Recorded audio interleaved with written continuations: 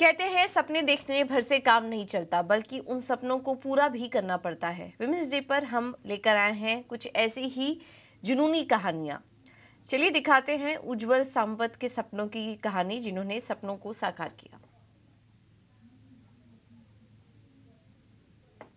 अपने सपनों को हकीकत में बदलना एक बहुत बड़ी बात है। अपने शौक को बिजनेस तक लेकर जाना उससे भी बड़ी बात है।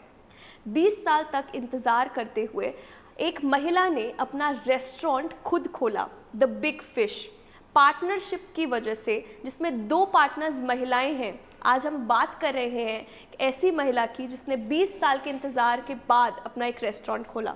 हम बात कर रहे हैं उज्जवल सामंत की, जिसने अपना रेस्टोरेंट खोला 20 साल बाद, द बिग फिश।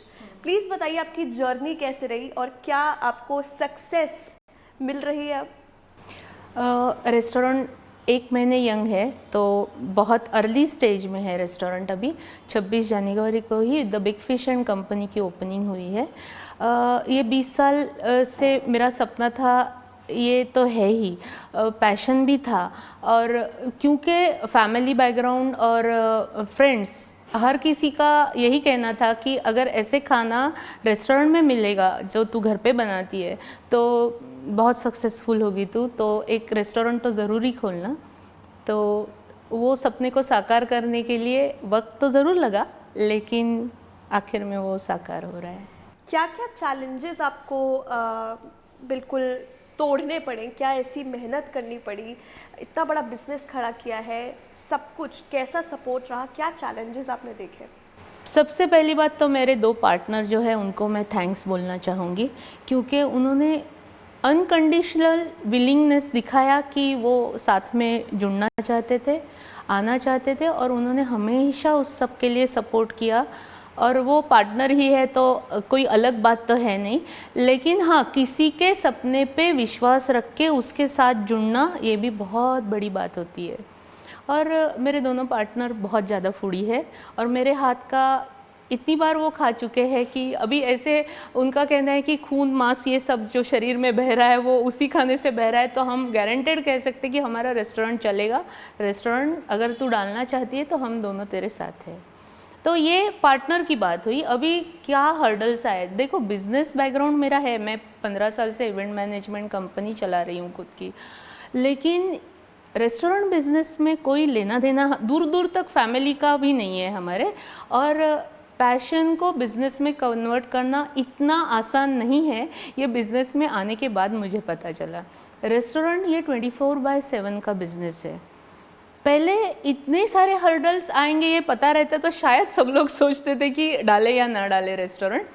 लेकिन हाँ, ऐसे है कि सक्सेस को देखते हुए या जो कस्टमर आते हैं उनका एक रवैया देखते हुए लगता है कि ये कदम हमने सही उठाया है। तो ऐसे समाज में जो कि बोलते हैं बहुत स्टीरियोटिपिकल हो जाता है कभी कभी महिलाओं को लेकर, उसमें आपका सपोर्ट सिस्टम और सारे थॉट्स और बिलीव्स को रख के आपको उनमें क्या चैलेंज कुछ देखने को मिले? फैमिली में कुछ लोगों का ये कहना था कि ये सपना सपना ही रहने दो, अननेसेसरी और जाके कुछ अब करने की ज़रूरत नहीं है, और ये मुमकिन भी नहीं है। कुछ लोगों का ऐसे कहना था। कुछ लोग कंसर्न थे, मतलब उनको डीमोरलाइज नहीं करना था, लेकिन वो कंसर्न थे कि इतनी अब मेहनत क्यों करनी है, इतना सब क्यों झेलना है, एक बिज़नेस खड़ा करना खाने का काम नहीं है, ऐसे सब था। लेकिन मेरी और मेरे दोनों पार्टनर की एक दूसरे के साथ जो कमिटमेंट थी और बिज़नेस के प्रति कमिटमेंट थी, वो भी 100% सच्ची थी। तो हमने आगे पीछे कुछ सोचा ही नहीं, जिसको जो बोलना है अच्छा बुरा बोलने दो, हम हमारा काम करेंगे, इतने पैशन से हमने ये चालू किया। अब मैं सवाल जो आपसे पूछ रही हूँ एज अ विमेन, एक महिला की तरह, आपने अपना पर्सनल सपना पूरा किया, खाने का शौक को बिजनेस में कन्वर्ट किया। आपके क्या विचार है उसमें? आपको कैसा लगता है कि आपने एक तरीके से अकेले नहीं, मतलब अपने पार्टनर्स के साथ, बट अपना सपना खड़ा किया, उसमें आपको कैसा लग रहा है उसमें? ऐसे है ना कि हर महिला में कुछ ना कुछ तो खासियत रहती है, सिर्फ है उसको निखारना, उसको उसको जैसे हीरे को तराशा जाता है वैसे ही है ये है। पैशन को बिजनेस में कन्वर्ट करने के लिए आना, ये भी एक अलग टाइप का बिजनेस ही है, और वो चांस हर किसी ने स्मॉल स्केल पे लेना ज़रूरी है। और जब कोई महिला पहली बार कुछ बोलती, आज हालात बदल चुके हैं, लेकिन फिर भी तो घर वाले बाहर वाले सब अलग अलग तरह से बोलते हैं, लेकिन उस सब को सुनने की ज़रूरत नहीं। हमारे मन में एकदम हमारे डिसीजन के प्रति हम 100% श्योर है तो आगे बढ़ना है और सक्सेस सामने से आना है, ये तो तय है। एक आखिरी सवाल, बहुत इंस्पायरिंग चीज़ आपने महिलाओं के लिए भी बोली, और आज वुमेंस डे के अवसर पर भी हम आपसे ये पूछना चाहेंगे कि एक ऐसी एडवाइस जो आपने भी एक्सपीरियंस की है, आप दूसरे वुमेन को देना चाहेंगे जो अपने सपने अभी तक इंतज़ार कर रही है उनको पूरे करने के लिए। कोई ऐसी एक एडवाइस जो आपने अपने एक्सपीरियंस से सीखी जो आप देना चाहेंगे? मैं यही कहूँगी, घर के हालात कुछ भी हो, बाहर हालात कुछ भी हो, अपने मन में कोई भी क्या बोले कश्मकश चल रही हो, लेकिन अपने सपने और बिजनेस करने की एक इच्छा हो, उसको कभी नहीं मारना चाहिए। छोटे से शुरुआत करो। मैंने भी कभी तो भी ज़िंदगी में बिज़नेस खुद से छोटे से ही शुरू किया था, जो मेरी इवेंट मैनेजमेंट कंपनी है, जो इतनी बड़ी हुई।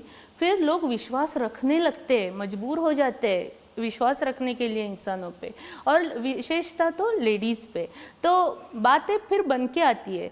बाकी कुछ भी हो, अपने आप पे हर औरत को विश्वास होना बहुत ज़रूरी है, और वही एक चीज़ है। पैसा बाकी सब चीज़ें बाद में आती है, खुद पे विश्वास से इंसान ज़िंदगी में कुछ भी कर सकता है। अपने ऊपर विश्वास होना बहुत ज़रूरी है। बहुत बेहद अपने बहुत सही चीज़ बोली। तो आप बहुत सारी महिलाओं के लिए एक इंस्पिरेशन है, और आज के टाइम पे आपने ईटी नाउ स्वदेश के साथ बात करी है, हमारे लिए भी बहुत बड़ी बात है। आपको और हमारे ईटी नाउ स्वदेश के सारे व्यूअर्स को ईटी नाउ स्वदेश और ईटी नाउ की टीम की तरफ से बहुत बहुत हैप्पी वुमेंस डे। चलिए, वक्त है एक छोटा सा ब्रेक लेने का, बने रहिए हमारे साथ।